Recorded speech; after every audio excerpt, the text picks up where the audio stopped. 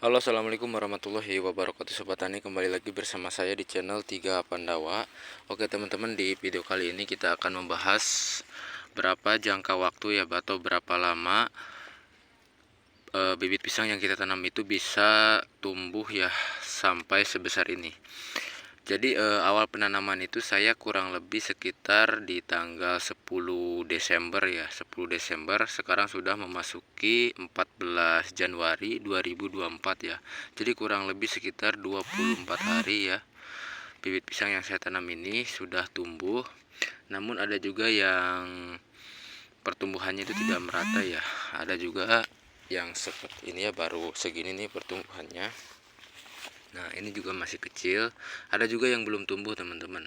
Kalau misalkan dalam jangka waktu 1 bulan itu belum tumbuh ya, otomatis teman-teman itu harus mengganti bibit pisangnya, karena dikhawatirkan si bibit pisangnya itu nggak tumbuh gitu, malah busuk ya si bibitnya itu. Nah, lebih baik teman-teman ganti bibit pisangnya dengan bibit pisang yang baru, supaya kalau misalkan ininya masih kecil ya, kita langsung ganti bibit pisangnya, itu pertumbuhannya itu nanti bisa merata ya.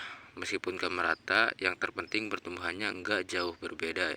Jangan sampai pada saat si bibit pisang yang dewasanya atau yang inihnya sudah tumbuh ya, sudah tumbuh besar, kita baru ganti. Nanti itu akan tertinggal ya, akan tertinggal pertumbuhannya, dan nanti panennya pun juga akan jauh lebih lama. Oke, dan untuk selanjutnya teman-teman, kalau misalkan bibit pisang teman-teman itu sudah berusia 1 bulan, kurang lebih 1 bulan ya, sebaiknya teman-teman itu langsung beri pupuk ya, langsung beri pupuk. Untuk pupuknya itu bebas, tapi di sini saya rekomendasikan untuk menggunakan pupuk NPK 16 ya.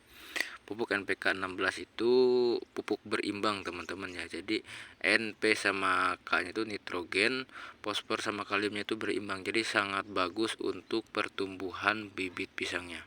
Nah, supaya tidak boros ya teman-teman, karena pupuk NPK itu lumayan harganya ya, cukup mahal juga. Satu karung bisa, atau 50 kilo bisa mencapai 850-an lah, kurang lebih segituan kalau di daerah saya harganya segitu.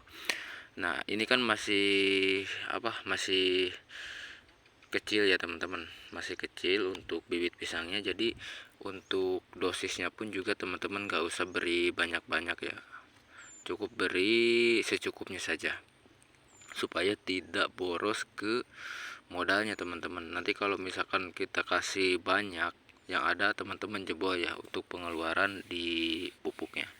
Nah, kemudian di lahan saya ini kan belum disemprot ya teman-teman untuk rumputnya nih.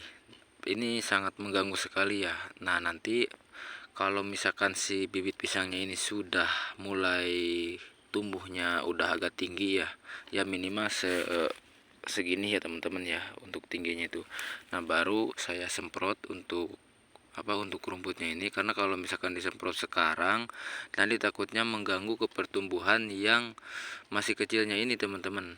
Jadi si obat semprotnya itu atau si herbisidanya itu nempel ke daun bibit pisang yang baru tumbuh seperti ini. Nanti itu bisa mengganggu ke pertumbuhan bibit pisangnya. Nah, kenapa ini rumputnya bisa banyak banget ya teman-teman? Karena kan di musim kemarau perpindahan ke musim hujan, pastinya itu si rumput itu pertumbuhannya subur banget teman-teman. Jadi bisa ngalahin pertumbuhan dari bibit pisangnya ini. Nah, nanti insya Allah ya, kalau misalkan bibit pisangnya ini sudah agak tinggi, nanti si rumputnya ini saya semprot.